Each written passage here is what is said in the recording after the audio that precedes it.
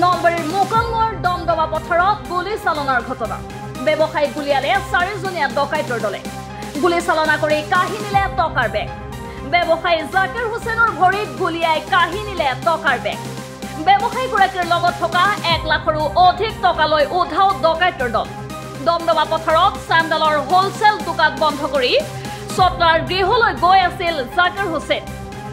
হুছেইনৰ বাওঁ ভৰিত গুলীয়াই ডকাইতৰ দলে তেওঁক লগে লগে মোকালমোৱা সামূহিক চিকিৎসালয়ত ভৰ্তি কৰোৱা হয় যদিও ততাতৈয়াকৈ উন্নত চিকিৎসাৰ বাবে নলবাৰীৰ এখন ব্যক্তিগত চিকিৎসালয়লৈ প্ৰেৰণ কৰিছে আমি পুনৰবাৰ সমদৰ্শকক জনাইছে এই মুহূৰ্তৰ এটি বিগ ব্ৰেকিং নিউজ 5টাৰ পৰা 5:30টাৰ ভিতৰত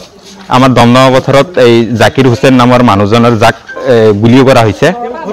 তেওঁ 5টা 5:30 দোকান বন্ধ কৰি ঘৰলৈ গৈ আছে গৈ থাকোতে দমদমা পথাৰ ইটাভাটাৰ সন্মুখত 3-4 জনীয়া দল এটা বাইকত আহি এই জাকিৰ হুছেইনক ভৰিত গুলিয়ায় গুলি কৰাৰ পিছত তেওঁৰ পৰা তেওঁৰ মনানাটো লৈ যায় তাৰ পিছত তাৰে পৰা আমি মোকালমোৱা মেডিকেলত আনিছো ইয়াৰ পৰা আমাক ৰেফাৰ কৰিছে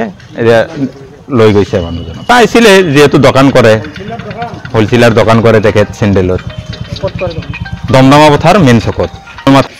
ঘটনাটো দমদমা পথাৰ ইটাভাটাৰ সন্মুখত মেইন ৰাস্তাত পিডব্লিউডি এৰ 8 তলত